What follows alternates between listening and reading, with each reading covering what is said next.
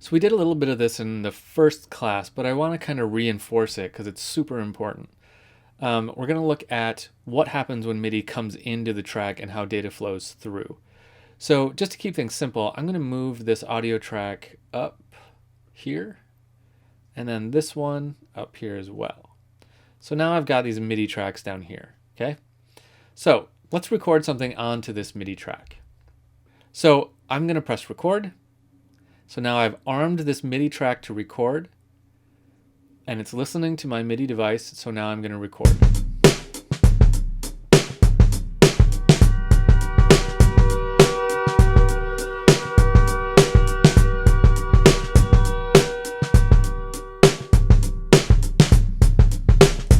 Okay, I recorded some notes. Okay, let's hear them back. Let's solo this, listen back. Now, what do you think we're going to hear? Nothing, right? We are not going to hear anything because we don't have an instrument on here yet. So if I look down here, I see my MIDI notes that I made. That's all fine. But if I go to down here to this tab where I should see my instruments, I see nothing there. So I need to put an instrument on the track, essentially converting the flow of information from data to audio. Here's what we mean. See right here? This shows us data. Okay? So we need that to be audio. So let's go into our instruments and let's just look at a preset for something. Let's go into, I don't know, analog, and let's find a good like pad sound, something dark and creepy.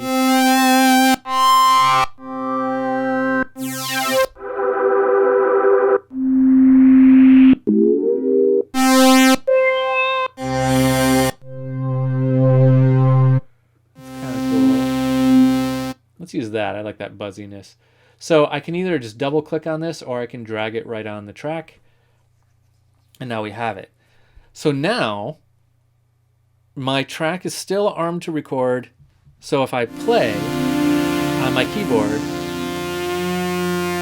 I'm going to hear it because it's playing through this instrument. You can see here data coming in, audio coming out, right?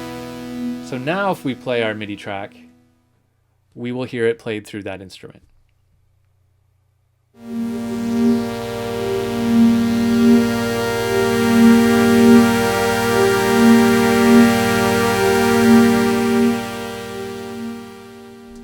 Cool, right? Now a couple other things to keep track of. One of the things that MIDI does is it keeps track of when a note starts and when a note ends, but not much in between. So typically, if you're in a program, and if I was put the cursor right here and hit play, we wouldn't hear that. Actually, let me do it up here. Okay, we wouldn't hear this in any other program. And I'm sorry, this is going to sound like a little bit of a sales pitch for Live right now because it's actually just one of the cool new features of Live 10 that I want to point out. We wouldn't hear this because the on has already happened. So we wouldn't hear anything until the next note on. But Live has this cool new thing in Live 10 called MIDI trace. And that means that it figures it out. It figures out that problem for us. So even though the note has already started, it knows how to figure out that a note is going and to continue playing it. So it's not anything you have to worry about anymore, but it is something that I always would have to point out because people would start like right here and they'd say like, why don't I hear any sound? It's because you had to get the start of the note in to your playback in order for it to trigger. But as long as you have this MIDI trace setting on, which it is by default, then it won't matter. So let's hear the whole track so far.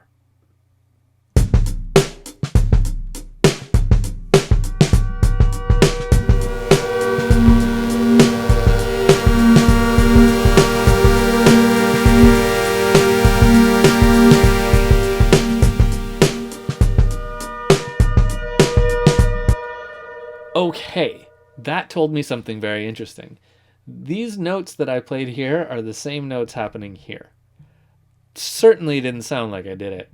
that means that my violin was quite a bit out of tune. So I can fix this. The easiest way would be to fix the audio files.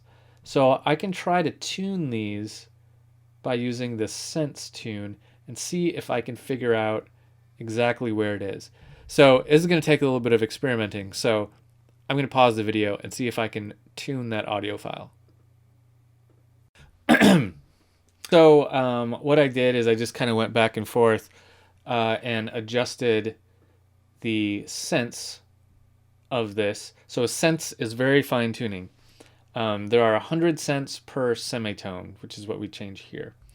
So I found that this one was 36 cents flat, about. And again, I found that just by like listening back and forth and adjusting it until it sounded right. So once I found out this one was 36 cents flat, these are all duplicates of it.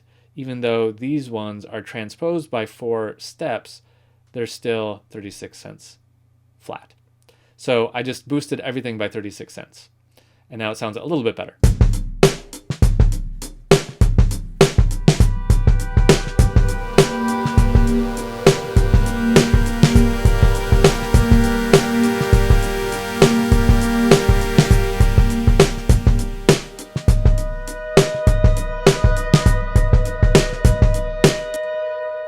Okay, cool. So what I really wanted to put out here was kind of our MIDI flow, right? And how the instrument fits into the equation. With that, let's do a little bit more recording and maybe let's approach this drum loop.